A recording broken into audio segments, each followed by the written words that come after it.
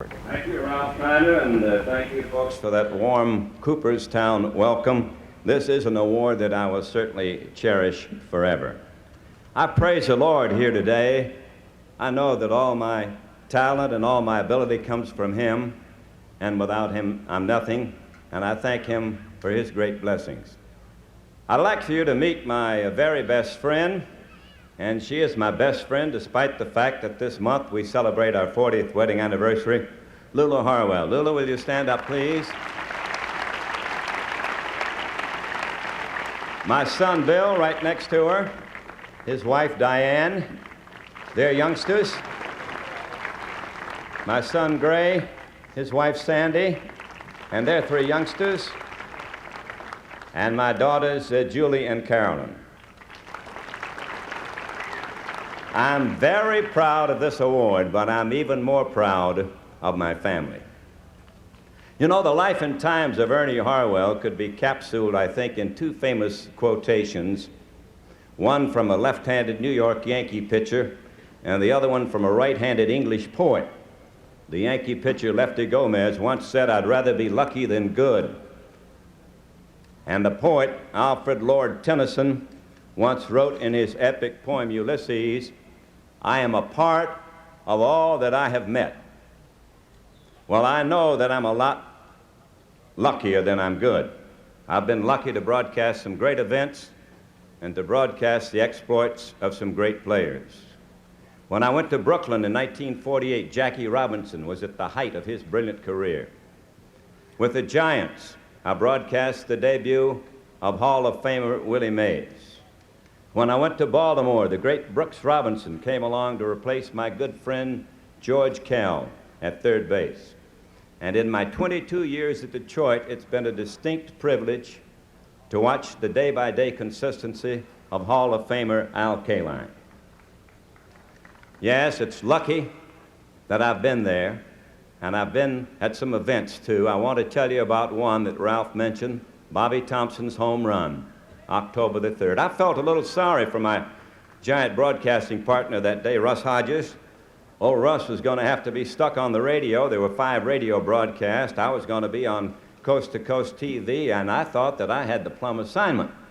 Well, as you remember, it turned out quite differently. Russ Hodges' record became the most famous sports broadcast of all time. Television, no instant replay, no recordings in those days, and only Mrs. Harwell knows that I did the telecast of Bobby Thomson's home run. When I got home that night after the telecast, she said to me, she said, "You know, Ernie, when they turned the camera on you after that home run, I saw you with that stunned look on your face, and the only other time I'd ever seen it was when we were married and when the kids were born." That other saying, "I'm a part of all that I have met," I think that would have to begin with my wonderful parents back in Atlanta. When I was a youngster, 5 years old, I was tongue-tied. They didn't have much money, but they spent what they had sending me to speech teachers to overcome the handicap. I know that a lot of you people who've heard me on the radio probably still think I'm tongue-tied. But through the grace of God, officially, I'm not tongue-tied anymore. Also, I'm a part of the people that I've worked with in baseball that have been so great to me. Mr. Earl Mann of Atlanta, who gave me my first baseball broadcasting job. Mr. Branch Rickey at Brooklyn, Mr. Horace Stoneham of the Giants, Mr. Jerry Hoffberger in Baltimore, and my present bosses, 2 of the greatest ever, Mr. John Fetzer and Mr. Jim Campbell. I'm also a part of the partners that I've worked with, and there have been so many great ones, beginning with Red Barber and Connie Desmond at Brooklyn and continuing on to my present partner, WJR's Paul Carey. But most of all, I'm a part of you people out there who've listened to me, because especially you people in Michigan, you Tiger fans, you've given me so much warmth, so much affection, and so much love. I know that this is an award that's supposed to be for my contribution to baseball, but let me say this. I've given a lot less to baseball than it's given to me. And the greatest gift that I've received from baseball is the way that the people in the game have responded to me with their warmth and with their friendship. Yes, it's better to be lucky than good, and I'm glad that I'm a part of all that I have met. We're all here with a common bond today. I think we're all here because we love baseball.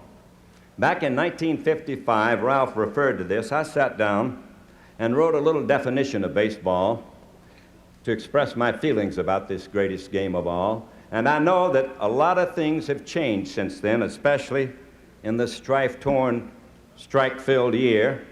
But my feelings about the game are still the same as they were back then, and I think maybe yours are too.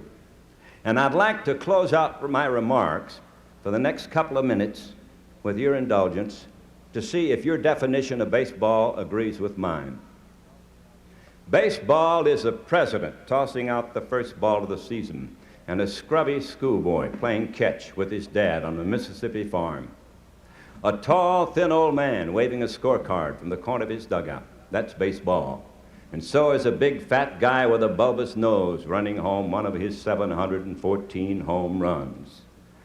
There's a man in Mobile who remembers that Honus Wagner hit a triple in Pittsburgh 46 years ago. That's baseball. And so is a scout reporting that a 16-year-old pitcher in Cheyenne is a coming Walter Johnson. Baseball is a spirited race of man against man, reflex against reflex, a game of inches. Every skill is measured. Every heroic, every failing is seen and cheered or booed and then becomes a statistic. In baseball, democracy shines its clearest.